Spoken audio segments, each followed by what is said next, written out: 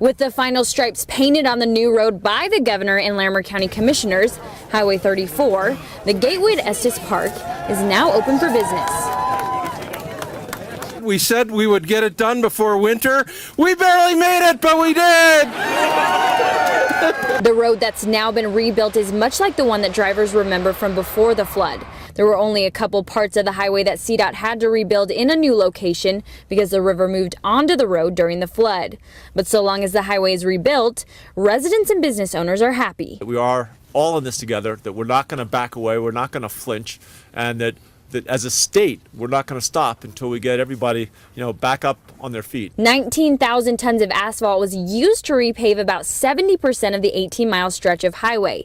And when compared to the rebuilding of Highway 36, CDOT officials say Highway 34 is in much better shape. And when we found we could open Highway 34 in the middle of that retreat, we made sure we got here because it's a big party. We love parties. Now, just because the canyon is open now doesn't mean that you can't see destruction that lines the roads. As you can see behind me, there's a house that got halfway washed away. The challenges for people getting back into housing, how do we get just basics like bridges and septic systems reconnected and rebuilt? The road is only temporary, and crews will be working through next year to get a permanent one built. Crews will also be working on side roads up toward homes that have been completely destroyed or halfway torn apart, with the highway acting as a reminder of what's been lost. This is the most devastating event that we have ever had in Larimer County in our history. We lost over 30 miles of road. We lost 65 bridges and structures.